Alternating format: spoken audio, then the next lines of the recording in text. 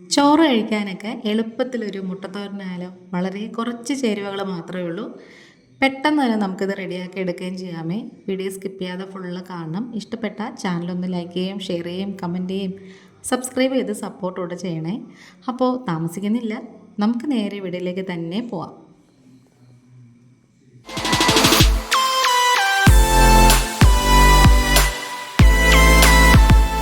ചുവട് കട്ടിയുള്ളൊരു ചീനിച്ചട്ടി വെച്ച് കൊടുക്കാമേ. അതിലേക്ക് 1 ടേബിൾ സ്പൂണ് വെളിച്ചെണ്ണ ഒഴിച്ചു കൊടുക്കാം. എണ്ണയൊക്കെ നന്നായിട്ട് ചൂടായിട്ട് വരുമ്പോഴത്തേക്കും ഒരു കുഞ്ഞ് സവോള എടുത്ത് വെച്ചിട്ടുണ്ട്, അതൊന്ന് കീറിയിട്ടിട്ട് അതുപോലെ തന്നെ നമുക്ക് പച്ചമുളകും കൂടി ചേർത്ത് കൊടുക്കാം. അത് അവരവരുടെ എരിവിൻ്റെ പാകത്തിനുള്ള പച്ചമുളക് എടുത്താൽ മതി. ചില മുളകിന് നല്ല എരിവ് കാണും.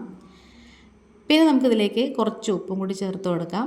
ഇതിൻ്റെ അരപ്പിന് വേണ്ടിയിട്ട് 1 ടീസ്പൂണ് എരിവുള്ള മുളക് പൊടി, 1/2 ടീസ്പൂൺ ജീരകപ്പൊടി, 1 നുള്ളു മഞ്ഞൾപ്പൊടി, ഒരു കൈപ്പിടിയോളം തേങ്ങയും പിന്നെ അതുപോലെ തന്നെ 5 or 6 ചുവന്നുള്ളിയും കൂടി എടുത്തിട്ടുണ്ട്.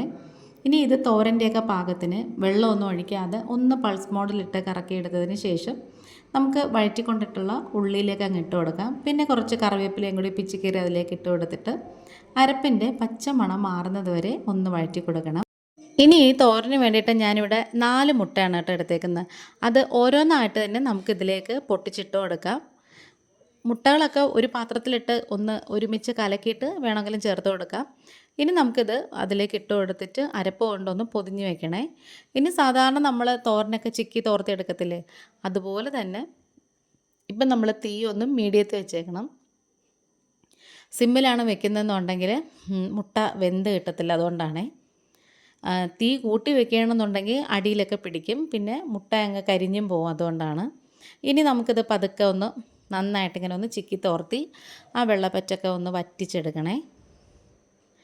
അപ്പോൾ ഈ വീഡിയോ സബ്സ്ക്രൈബ് ചെയ്യാതെ കാണുന്ന കൂട്ടുകാരെങ്കിലും ഉണ്ടെങ്കിൽ ഒന്ന് സബ്സ്ക്രൈബ് ചെയ്തിട്ട് ആ ബെല്ലൈക്കൺ ഒന്ന് പ്രസ് ചെയ്ത് കൊടുക്കണേ. എന്നിട്ട് ഇതിൽ ഓൾ എന്ന ഓപ്ഷനും കൂടി കൊടുക്കണം. എങ്കിൽ മാത്രമേ ഞാനിടുന്ന വീഡിയോസൊക്കെ നോട്ടിഫിക്കേഷനായിട്ട് നിങ്ങൾക്ക് കിട്ടത്തുള്ളേ.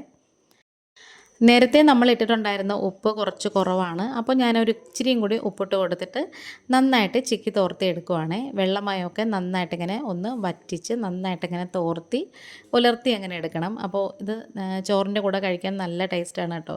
അപ്പോൾ നമ്മുടെ വീഡിയോയും ഏകദേശം വൈൻഡപ്പ് ചെയ്യാറായി. ഇനി തംബ്നെയിലിൻ്റെ ഫോട്ടോയും വീഡിയോയൊക്കെ എടുക്കണം.